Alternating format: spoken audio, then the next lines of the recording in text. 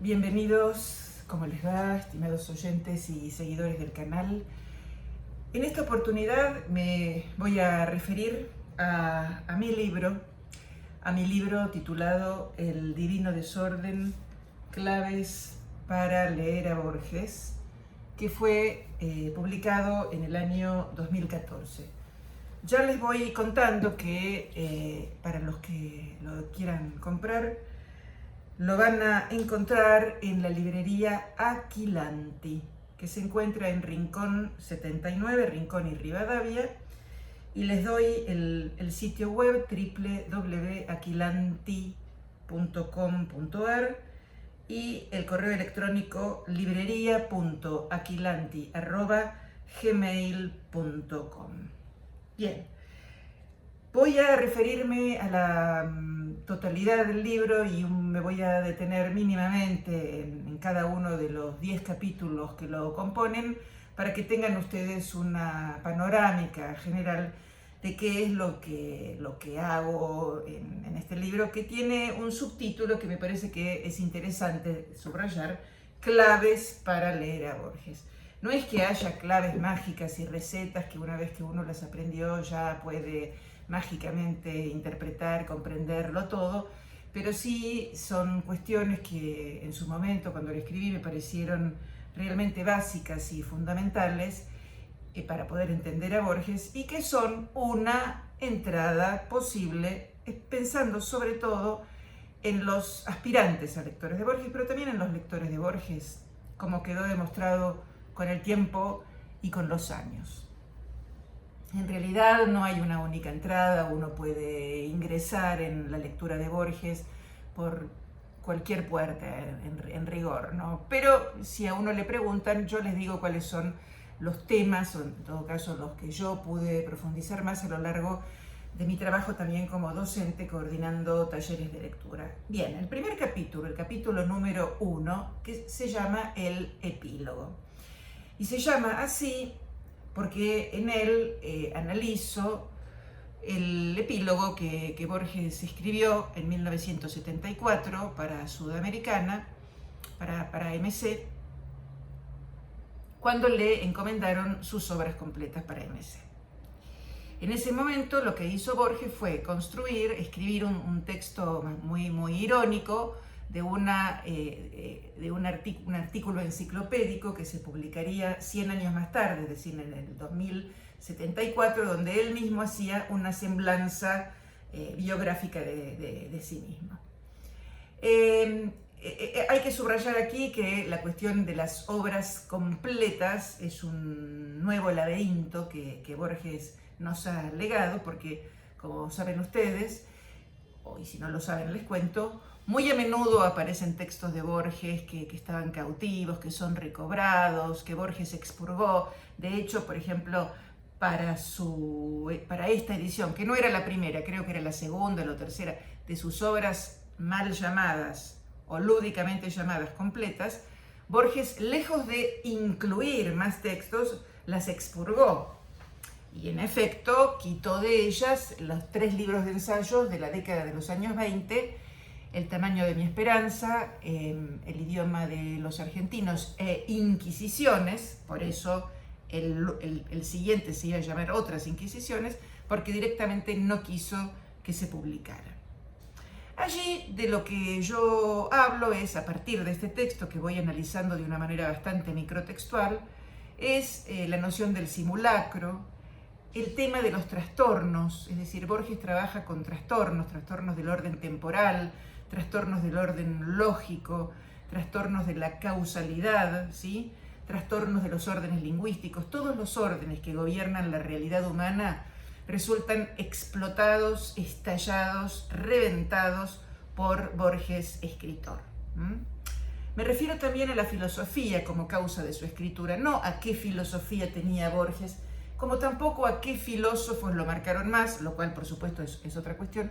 Yo más bien trato de indagar un poquito y en demostrar cómo para Borges la filosofía, como también la teología, como lo he dicho ya en más de una ocasión, eran causa de su propia escritura.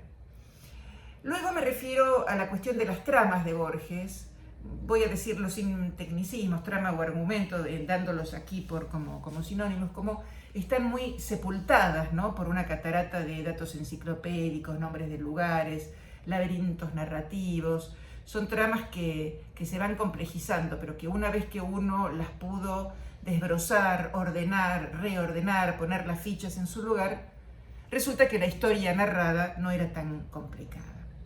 Me refiero a continuación a cuáles fueron los maestros de Borges, los que oficiaron como maestros para él, o por lo menos los que él reconoce. ¿Qué relación tuvo Borges con la fama, particularmente a partir de 1961, cuando recibe el premio Formentor, ¿sí?, que compartió con Samuel Beckett y que lo lanza verdaderamente a la escena internacional?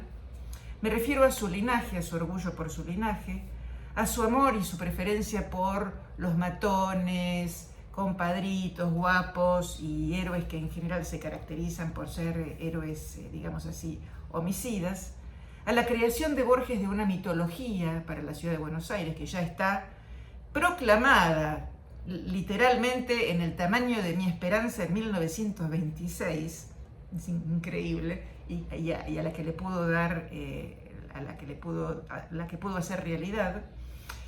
La manera como Borges hace ingresar a lo fantástico en la literatura argentina, cosa que sí ya había hecho Lugones, pero que Borges consolida de una manera increíble. El estilo de sobriedad y belleza que caracteriza a su escritura, que según él, según Borges, los toma de Paul Grusac y de Alfonso Reyes. Me refiero a un sintagma, a una expresión borgiana que a mí me gusta mucho, que es la discordia íntima de su suerte, ¿no?, para referirme a esa tensión, a este sujeto tensionado, desgarrado, en permanente pugna consigo mismo, lo cual aparece claramente en su escritura. Y por último, a su relación con la totalidad, con lo eterno, con lo infinito. Esto, digamos, es el epílogo donde hago un retrato personal / literario de Borges, pero fundamentalmente literario en lo que concierne a lo que hace falta saber para entender su literatura. En el capítulo 2, que se llama Autorretratos, yo trabajo primero presento algunos conceptos básicos de la narratología para poder distinguir el concepto de autor, del concepto de sujeto textual, del concepto de narrador, personaje, voces literarias, sujeto de la enunciación literaria, y una serie de cuestiones que sí, son un poquito técnicas, pero que cuando uno las puede incorporar, nos permiten disfrutar mucho más de la literatura. Entonces, se llama Autorretratos porque aquí yo comparo el pequeño poema en prosa, Borges y yo, que está en El Hacedor, con un fragmento de Nueva Refutación del Tiempo que se encuentra en otras Inquisiciones, ¿sí?, y los voy comparando y voy mostrando cómo Borges se autorretrata a sí mismo. Se presenta. Después de haberse presentado a la manera de un falso o fingido artículo enciclopédico en el epílogo de 1974, también se presenta a sí mismo de estas otras maneras. Más allá de que Borges después aparece como jugando a las escondidas, con máscaras onomásticas de nombres diferentes, Alejandro Ferri, John Dallman, Juan Dallman, en fin, más allá de eso. En el capítulo 3, que se llama La Cábala, lo que hago es una pequeña presentación de qué es la Cábala. Bueno, uno puede decir, ¿pero por qué? Bueno, la Cábala está muy presente en la literatura de Borges, está muy presente en su manera de hacer ficción, está muy incorporada a la manera de escribir de Borges, y hay múltiples referencias a la Cábala. Pero básicamente hay dos, que son Vindicación de la Cábala, que está en discusión, y la conferencia que daría muchos años más adelante en el Coliseo, en el año 1977, que se llamaría La Cábala. Y las dos tienen de alguna manera un elemento en común, aunque la conferencia es muchísimo más hospitalaria y fácil que el duro ensayo de los años 30, tienen en común que el lector, que empieza a leer con gran curiosidad, pensando, bueno, me va a explicar qué es la Cábala, resulta decepcionado. Borges lo defrauda. No da una definición, habla de la cábala, pero de maneras que uno, como lector, bien puede decir, bueno, pero la cábala, ¿qué es? Bueno, por eso, y después de tantos años de escuchar esta pregunta, dije, bueno, yo voy a ponerme a estudiar un poco. Por supuesto, no soy especialista ni mucho menos, pero traté de valerme de los materiales más serios que encontré en su momento, y entonces escribí una pequeña síntesis de qué es la cábala, de su historia, y sobre todo, pensando sobre todo en cómo Borges se apropia de la cábala, que es una corriente mística judía, hermenéutica, que interpreta los textos sagrados. Esto básicamente es la cábala, y cómo Borges, que estaba enamorado de la hermenéutica, enamorado de la interpretación, enamorado de los acertijos, de los enigmas policiales y de las grandes pesquisas, lo que toma, digamos, de la cábala es este elemento de transformar al lector en un intérprete, en un hermeneuta, de modo que nosotros nos cabalicizamos, digamos así, nos ponemos fundamentalmente frente a los textos de Borges, pero también puede ser en otros, pero con los textos de Borges, ¿qué es lo que pasa? Que nos encontramos como el cabalista frente a los textos sagrados, teniendo que hacer una gran cantidad de operaciones interpretativas, pero de modo, por supuesto, lúdico y también como una provocación, esto hay que decirlo. Por eso termino mi capítulo 3 hablando de lo que me gusta llamar el efecto cábala. En el capítulo 4 analizo el cuento tal vez más universal de Borges, probablemente el que a mí más me gusta también, que es el Aleph. Y como ven ustedes, el Aleph justamente lo pongo después del capítulo sobre la cábala, porque hay que entender qué significa el Aleph, esta letra hebrea, esta primera letra del alfabeto sagrado. Cuento además en el cual ustedes van a ver que hay una serie de elementos de orden cabalístico, pero que son, por supuesto, lúdicos, como les decía. Luego me refiero a la trama argumental, al personaje de Carlos Argentino Daneri, que es absolutamente paródico, ¿no? Hay una parodia de Carlos Argentino Daneri, Dante Alighieri, Beatriz, el descenso a los infiernos, el sótano de Daneri, ¿no?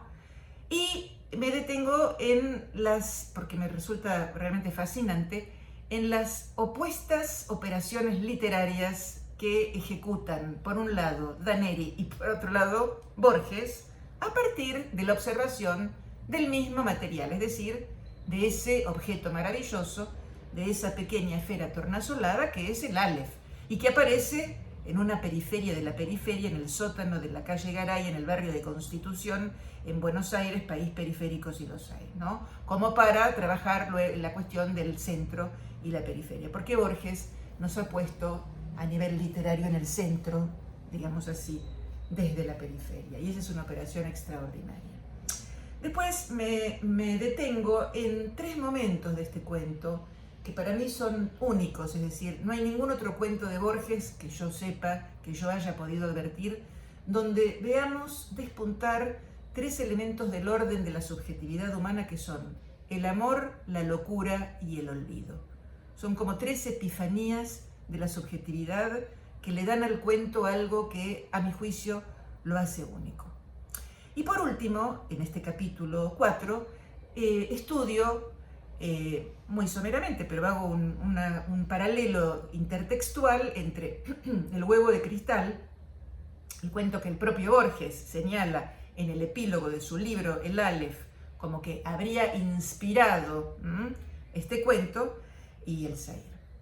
Y en el capítulo 5, lo que se llama Artificios congéneres, que es un pequeño sintagma que yo tomé del propio cuento El Aleph, lo que hago es estudiar una suerte, digamos así, de dinastía cuentística que funda Borges, más allá de lo cronológico. Lógicamente la matriz es el Aleph, donde nosotros vamos a ver cómo proliferan en la obra de Borges otros Aleph, como por ejemplo el Zair, la palabra Undr, el espejo y la máscara, el libro de arena, una letra en un atlas en el milagro secreto, la memoria total de Funes el Memorioso, el jardín de senderos que se bifurcan, que son todos elementos que, la escritura del Dios, que son todos elementos que de lo que hablan son distintos Aleph con distintas configuraciones, algunos son materiales, otros inmateriales, pero lo que tienen en común,